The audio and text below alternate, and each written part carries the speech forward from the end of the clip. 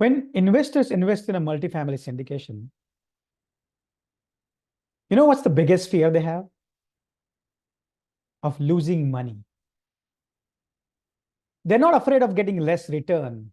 Less return would be okay with them. But the biggest thing they fear is losing money.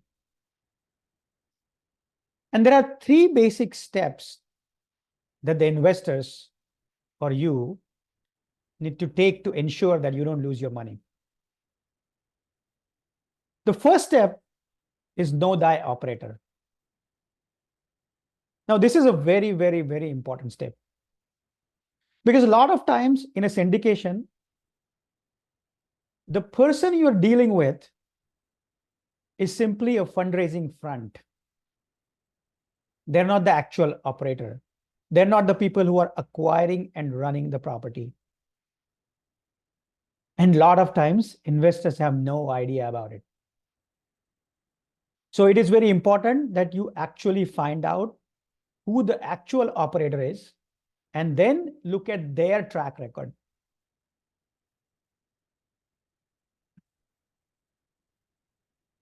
Now, second basic step is understand the financials of the property you're acquiring. Now, those who want to geek out can actually read a big book written by Brian Burke called The Hands-Off Investor. But those who read a book and actually go in depth in financials at least should know these 5 numbers. 1, what's the purchase price of the property?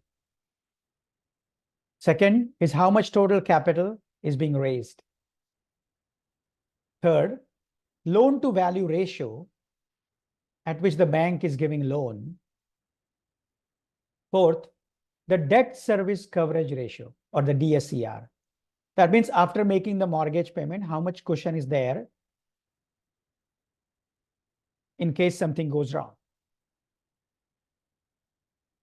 And fifth, the overall financial cushion. Are they keeping some money to improvements? Are they keeping some money as a reserve? If you know these 5 numbers, then, well, you might get less return, but at least you won't lose your money.